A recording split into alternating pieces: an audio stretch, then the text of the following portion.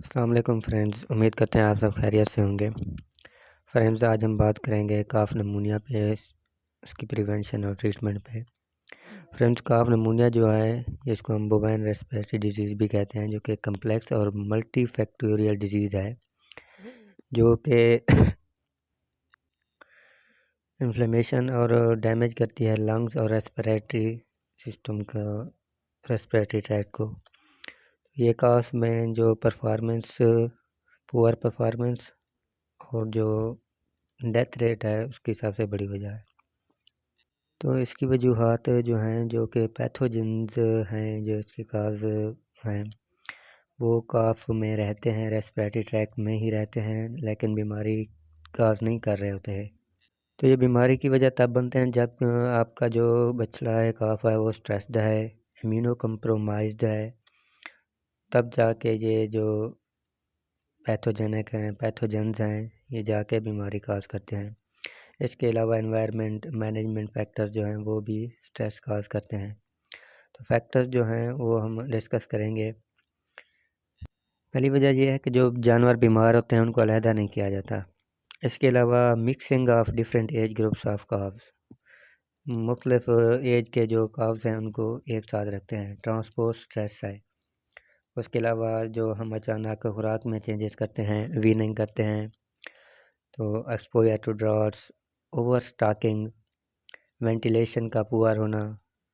इसके अलावा temperature, extreme temperature, poor hygiene, drainage, poor access to feed, inadequate amount of feed और sudden changes इस feed.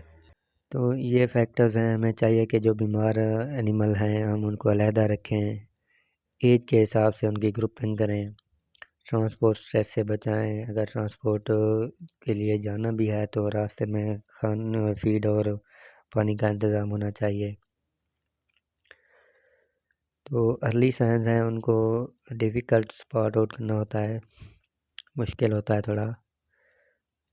तो जो अलामात हैं उसमें कफिंग है, वीपिंग आइज़, आँखों से पानी, रनिंग नोज़, इसके अलावा breathing difficulties, animals of their feed, खाना नहीं खा रहे होते, चारे पे भी नहीं आ रहे होते, सेपरेटेड फ्रॉम ग्रुप, मतलब जो बीमार जानवर होगा वो बाकियों से अलहदा खड़ा होगा। उसके बाद लाइंग डाउन, हैवी ब्रीदिंग,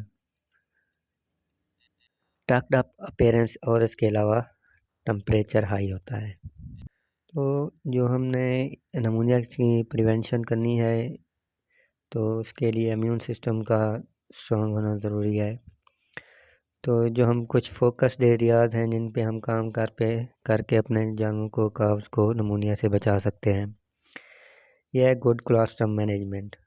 अगर अच्छी कोलोस्ट्रम मैनेजमेंट होगी, बच्चे को अच्छी कोलोस्ट्रम दी जाएगी तो उसकी इम्यूनिटी भी अच्छी होगी।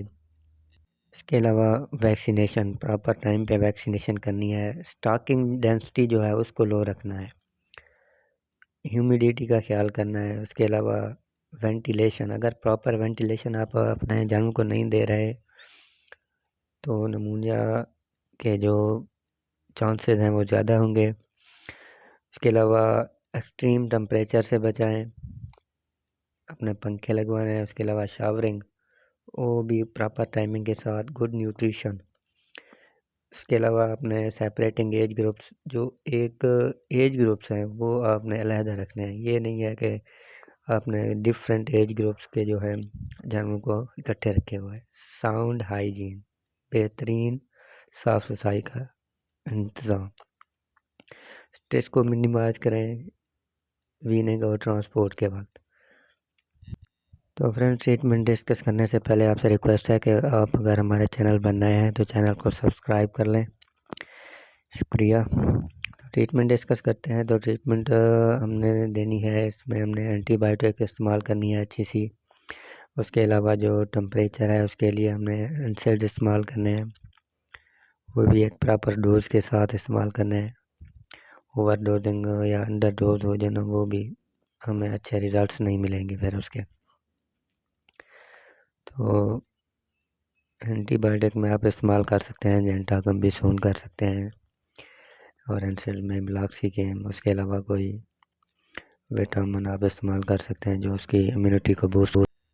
तो काफ नमूनिया जो है वो काफ में अमवात की सबसे बड़ी वजह है, जिसकी वजह से हमारे जो काफ हैं उनकी ग्रोथ भी अच्छी नहीं होती और जो मोर्टेलिटी है वो भी बहुत ज़्यादा होती है। तो इन चीज़ों को मैनेज करना होता है, स्ट्रेस फैक्टर को मिनिमाइज़ करना होता है, फीडिंग बेहतरीन करनी होती है, वाटर क्वालिटी बेस्ट होनी चाहिए,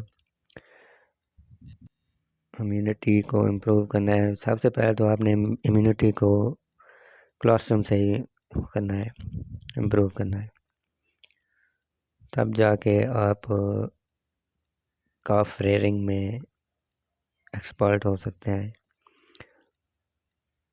जो जानवर अलहदा बैठा है उसको आपने देखना है, क्यों अलहदा बैठा है, उसको आपने सारा कुछ चेक करना है, फीडिंग कर रहा है नहीं कर रहा। तो ये सारी चीज़ें नोट करने के बाद ही हम किसी नतीजे पे पहुंचते हैं। आप सारी मेहनत करते हैं, अच्छे सीमन रखवाते हैं, सारा कुछ करते हैं, मैनेजमेंट अगर पुअर होगी तो इसका कोई फ़ायदा नहीं है, नुकसान में ही आता है फार्मर हमेशा इस लिहाज से। फिर तो फ्रेंड्स, इससे अगर आप इससे रिलेटेड अगर आपका कोई क्वेश्चन हो, सवाल हो, तो आप कमेंट सेक्शन में पूछ सकते हैं। फीडिंग से रिलेटेड, हेल्थ से रिलेटेड और एआई से रिलेटेड कोई भी क्वेश्चन हो आप पूछ सकते हैं। इंशाल्लाह आपको प्रॉपर टाइम पे रिस्पॉन्स किया जाएगा। Thank you so much. अल्लाह आप सबको खुश रखे, दुआओं में याद रखिएगा। अल्लाह हाफिज़।